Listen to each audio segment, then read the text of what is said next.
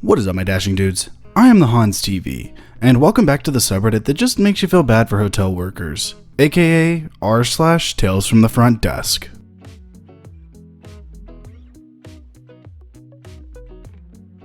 Our first post for the day comes from Squirrel Trail, in which scammers are thwarted. I mentioned this scam over in some comments, thought I'd break it out into its own little tale. I also posted over on r/scams. Tonight, gentle readers, we shall speak of a scam, an attempt at credit card fraud that was quite subtle in its execution. So there I am, a few months ago, pottling about after audit. A couple came in. They haven't got a reservation, but they're tired and they've been driving all night. No problem, we have availability. Can I get a card, please? Oops. Problem. The card is declining. Do they have another form of payment? A debit card will be fine as long as it... Nope, that's declining too. The gentleman swears up and down that there's enough money on the card, and they're tired and can't drive anymore, and mom is in the hospital. While he calls his bank to straighten things out, I'm getting an odd vibe from the pair. Not quite sketchy, but something about them isn't sitting right. They're being just a smidge too... something. And repeating they've been driving all night, and mom's in the hospital, and they just can't go any further. Wait a minute, isn't the address on their driver's license only 20 miles from here? Yeah, something's up. After a bit, he hands me the phone. It's the bank. They explain that while the gentleman has enough money in his account, he has exceeded his maximum amount of withdrawals for the day. However, the bank is willing to provide a one-time authorization code for the charge. This is a scam. What they are doing is relying on the manual voice authorization process for credit card readers. Basically, it is a backup system, where if your card machine will not communicate with the issuing bank or card company, you can call in to confirm available credit. The issuing company will give you a manual code to reference the exchange, and you can punch that into your card reader. The trick is, you can give the card reader literally any code and it will still work. After all, it's just a reference number, not an actual authorization code. So, the scammers just called someone who could sound like a bank employee using an office background noise generator, give a random number, and the card will appear to work fine.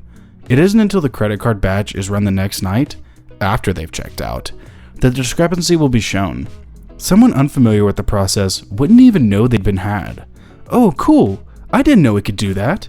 Add a sympathetic story so someone is inclined to try to help them. I realize that this is likely what's happening, so I decide to test it. So to confirm, this is for the card ending in 1234? Yes sir, that's correct. The card ending in 1234. Gotcha.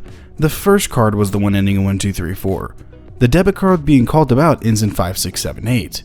No bank employee would make that mistake. Unfortunately the system is asking for a manager's override code. I cannot proceed with a manual authorization without that. Spoilers, it isn't. Please hand the phone back to Mr. Smith. A final last entreaty, because they're tired and mom is in the hospital and they can't drive anymore. Reminder that they're locals, but I tell them that manual authorizations can only be done by the manager. He'll be in tomorrow at 10 a.m. Defeated, the scammers shuffle off into the night. Maybe they just wanted a free room. Maybe they were using it for drugs and prostitution. Whatever the reason, they're not going to be doing it here. Man, I'm glad OP caught that, because that could have run their company thousands of dollars, especially if they decided to stay there more than one night. That would be horrible for revenue. Our next post comes from Scottish CC24. I think I found something worse than a Karen. I highly doubt that. This is going to be a long-ish, ranty kind of thing, so I apologize in advance. This lady stayed with us for 2 nights, checking in on Friday and checking out on Sunday. Even thinking back, I just groan, and I'm kind of glad she called us the worst hotel she's ever stayed in, because it means she will not come back and I won't have to see her again. It started when she rang about midday, asking if her rate included dinner and breakfast. She booked through fecking.com. We don't offer dinner, bed, and breakfast here, it's exclusive to our own website. I politely explained it doesn't, so she could choose whether she wanted to have dinner with us in the evening or add breakfast to her room as she goes. Conversation finished friendly enough and she hung up. They come to the hotel, and that's when things start to go awry. The first thing they say to me, being along the lines of, Just to say, there's no benefit to booking your hotel in advance, is there? And this immediately throws me off my flow. They then argued that because they booked in advance, the breakfast wasn't included because they definitely clicked on the rate that included dinner, bed, and breakfast. Sure, hun. It took a lot of effort to not just ask if she was sure that this was the hotel, because we 100% do not offer this rate on fecking.com at all. She then asked my name, so I gave her my first name. I don't even give my full name to OTAs. I'm definitely not comfortable giving her my surname, even if she says it's just for observation. Sure, hun. They then asked me if I can just give them the price that they saw online for the room, which was heavily discounted because what hotel doesn't discount the rooms they have available on the day in order to try and sell their rooms? I said yes, but they would still be charged the amount for their original booking.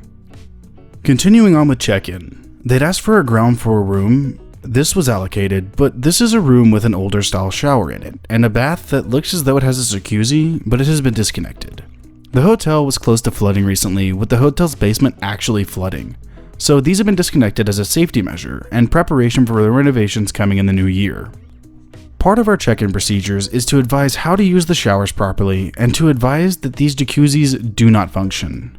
As I'm halfway through explaining how to use the showers, she immediately interrupts me, triggering my pet peeve with, "So are you saying these showers are faulty?" Will you let me finish so I can actually tell you? I don't think I've ever had my intelligence insulted on such a subtle level before in my life by the way she is questioning me. Do you honestly think we would sell a room with a broken shower? I, politely as ever, in order just to keep my cool, finish the check-in and they leave. That's the last of my degradation until they see them on their checkout. They, of course, list everything that was wrong in their stay. Things broken in their room, which I told them about in the first place. They brought up, again, the broken record of them paying too much for that room. She even said that she was disappointed that I didn't offer them a discount for the room or a complimentary breakfast before they'd even checked in. They did, in fact, get a complimentary breakfast from me, but that was only because they complained about the breakfast that they'd had the previous day, and they had managed to pull the shower door with so much force that the shower door came off the goddamn rails. Another complaint they gave me. Now, with our complaints procedure, there are certain questions we have to ask in order to clarify what had happened. I asked how they opened the door to try and figure it out. She turns around to me and says, "Well, I think my husband is mature enough to know how to open a shower door. Considering it was opening perfectly fine before and after you left, sure, hun." They left, they reviewed the hotel. I responded rather fairly. I hit my head against the desk a few times. I have honestly never felt more inadequate at my job in my life than with these guests. I can safely say that the guest I spoke to after found her just as insufferable as I did. So not only did you find a Karen, you found a choosing beggar Karen, and I feel nothing but pity for you, my dude. That sucks. Our next post comes from Bone Jangles 1980. I have a bad feeling about this. We fired our other night auditor about a month ago, the guy who works my opposite shifts. He was fired for stealing an iPhone from a guest and being caught on camera buying drugs in our resort. Not in the parking lot, in one of the actual hotel hallways. He's an idiot and is probably looking at some jail time in the not too distant future. Kevin, is that you? But a new night auditor was just recently hired. She's been trained all of 2 weeks and is apparently set to work this weekend on her own. Now, I haven't personally met her, nor have I trained her, as that was done by the fill-in night auditor who normally works swing shift and has more experience and patience than I. But already some red flags have been raised. She's called in sick twice in the 2 weeks she's been training. Some locals who frequent the casino on our property have made mention that they know her, and that she is not reliable at all, and that she's a heavy drinker and constantly missed her shifts at her previous job. I'm pretty sure she was the first person who applied for the job and was snatched up out of desperation by our front desk manager. That was also the case with the last night auditor, the dumb butt thief. So I'm pretty sure she isn't going to last very long, and we're going to be back to square one again with only one full-time night auditor, me. We've gone through 4 night auditors in 2.5 years. It'd be really great if we could find somebody who lasts longer than a few months. Just needed to vent, thank you. thank you for venting. It was a really interesting story, and I hope that these Kevins stop coming to your job. Our phono post for the day comes from Termy the Wormy. You would not believe the levels of oof we're on right now. I feel like I have to share with you all because honestly, it's just so funny, and I'm having a whole blast. Mostly because I haven't done anything wrong, and none of this is my fault. Long story short is that someone allowed a guest into a 2-bedroom suite without a valid method of payment on file. Their card wouldn't authorize, and then whoever checked them in took a card number over the phone and let them in on that. Which is fun. That's cool. So today my manager has been kind of giving this woman the benefit of the doubt. We sent her to our online auth form so she can prove the card is valid. Instead of filling this out, she tried to make a new reservation for the 2-bedroom suite and then do a digital key check-in so she wouldn't have to come to the front desk. We blocked the digital key, but our hotel doesn't like to outright block people or cancel reservations without good reason, especially because they're supposedly Schmilton Honors members or whatever. So then, when we blocked her getting in and checked out / rekeyed her in-house reservation, she called the Schmilton Honor support line trying to get them to make us let her in. This is so funny to me. I ended up telling the woman at Schmilton Honor support, listen, we have reason to believe there's fraud involved in this. No one's getting into this room without a physical card at the front desk that matches the name on file and can be authed for the full night of stay, which is what should have happened in the first place. Like, don't get me wrong, this is a world of mess ups, but I'm having such a rick-rolling blast telling this woman no by every available avenue. Dude, just because she's a Schmilton Honors member doesn't mean that she doesn't have to pay.